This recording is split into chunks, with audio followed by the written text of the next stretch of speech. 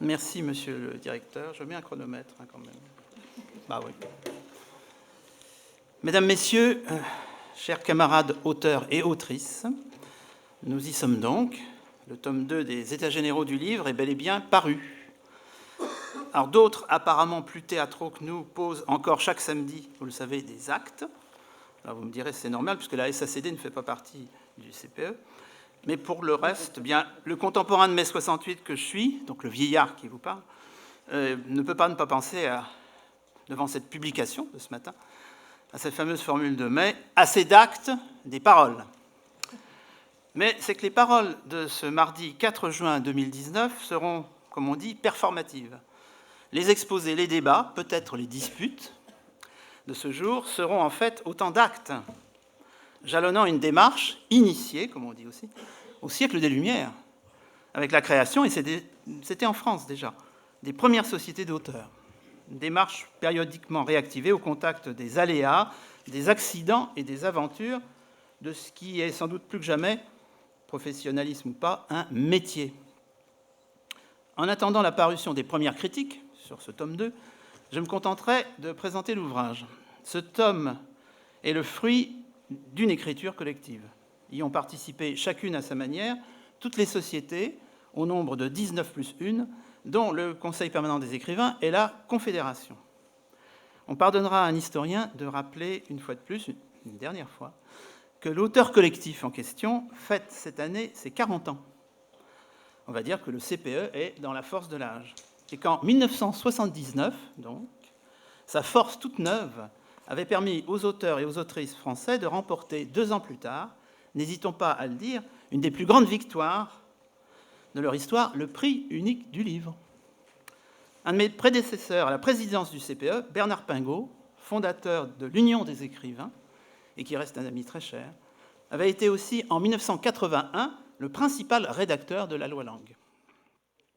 Conçu dans le cadre de notre confédération, ce tome 2 n'aurait pas vu le jour sans l'appui spécifique de 4 organismes de gestion collective des droits d'auteur, la DAGP, la SAIF, la SCAM et aussi le Centre français d'exploitation du droit de copie, mais aussi du CNL, cette institution très représentative du modèle français de politique culturelle, à laquelle il faut rendre ici un hommage appuyé. Quant à la forme particulière, et à vrai dire assez originale, que ce tome présente, on la doit en amont à l'action du groupe de travail placé sous la responsabilité de Laure Defiol, je la salue tout particulièrement à cette minute même, comme en aval, effectivement, à l'hospitalité de la Maison de la Poésie. Sur le fond, ce tome 2 n'est pas le simple prolongement du tome 1. Il est, vous l'aurez déjà remarqué, 2 fois plus long que le premier, puisqu'on parle de tomes 2 fois plus épais. À cette épaisseur, une première raison, d'après moi, nos premiers combats et nos premières victoires. Semi-victoire parfois, mais victoire quand même.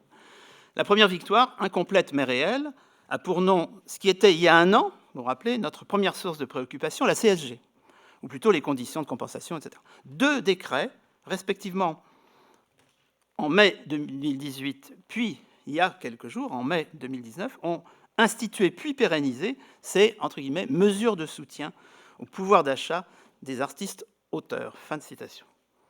Je ne commenterai pas plus. On peut considérer que tout ça est le résultat quand même de la mobilisation collective des auteurs.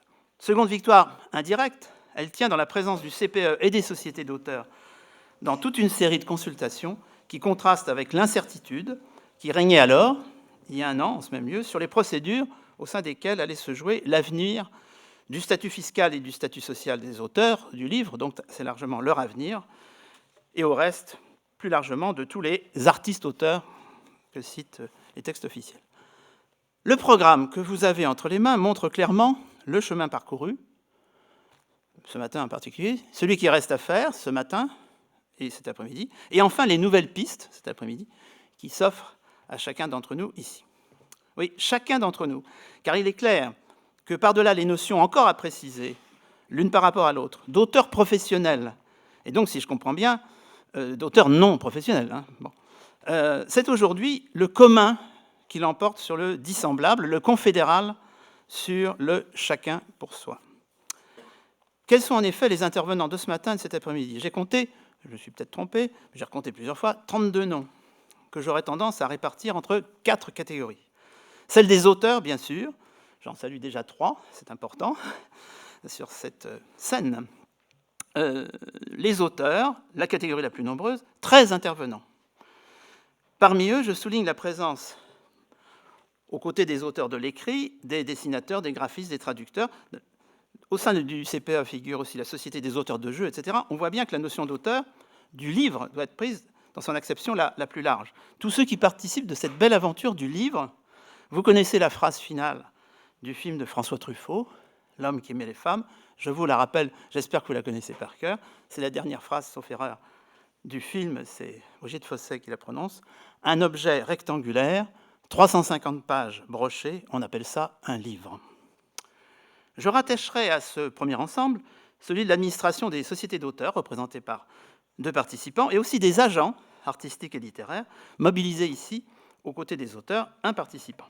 La deuxième catégorie, celle des autres partenaires de la chaîne du livre, il faudrait gloser sur chaîne du livre, métaphore de la chaîne, bon, pourquoi pas, pourquoi pas, mobilisera cet après-midi 6 membres, éditeurs ou libraires. Troisième catégorie, celle de l'administration publique de la culture. Elle sera représentée ici par 4 membres. L'un des plus éminents sera celui auquel je vais donner la parole dans un instant, dans 1 minute 30 à peu près. On en rapprochera les 3 représentants des organismes que j'appellerais participants de la politique française de sécurité sociale. Enfin, je n'aurai garde d'oublier le rôle imparti à 3 observateurs, et donc aussi, ici peu que ce soit acteur, un observateur est toujours quelque part un acteur du domaine, un avocat, une économiste, une journaliste. Pour moi, ce nombre total et cette répartition témoignent en amont du sérieux de la préparation de ces États généraux et garantissent en aval celui des arguments qui seront présentés. Toute cette intelligence collective, j'insiste sur le mot, intelligence collective, sera mobilisée pendant ces quelques 7 heures, ou à peu près, 7 heures, je retire le repas alors qu'on va discuter pendant le repas, 7 heures d'exposé de débat autour de 2 grandes séquences.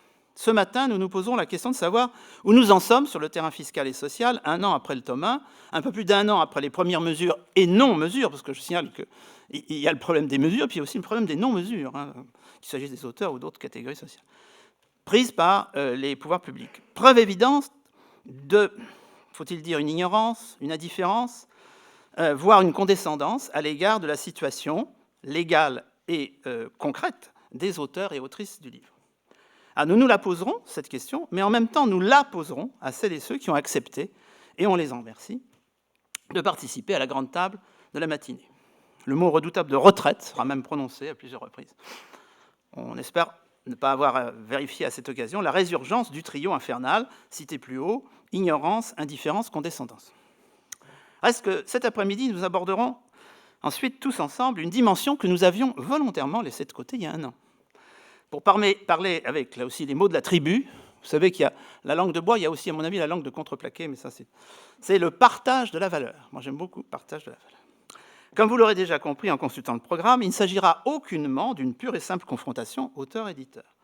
Dans cette affaire, bien d'autres acteurs du livre entrent en ligne de compte. D'ailleurs, ligne de compte, c'est sans doute l'expression qui convient. Et comme vous l'aurez compris, même sans consulter le programme, là pour le coup, ce n'est pas aujourd'hui qu'un accord sera conclu, sous nos yeux émus, autour de, pour ne citer que cet exemple, pris tout à fait au hasard bien sûr, de la rémunération minimum des auteurs. Mais je m'arrête là, crainte, comme diraient mes enfants, de spoiler l'intrigue. Suspense jusqu'aux dernières pages du tome 2, jusqu'aux dernières minutes de cet après-midi. Ainsi donc, mesdames, messieurs, chers auteurs et autrices, bonne lecture. Je ne sais pas si cet ouvrage sera palpitant, mais il promet d'être intéressant, voire ici et là surprenant. Je sais bien que certains d'entre vous aujourd'hui en interrompront parfois la lecture, voire en sont trop en quelques chapitres. Mais ce qui est sûr, c'est que dans le genre « le livre dont vous serez le héros », on ne fera jamais mieux. Je vous remercie.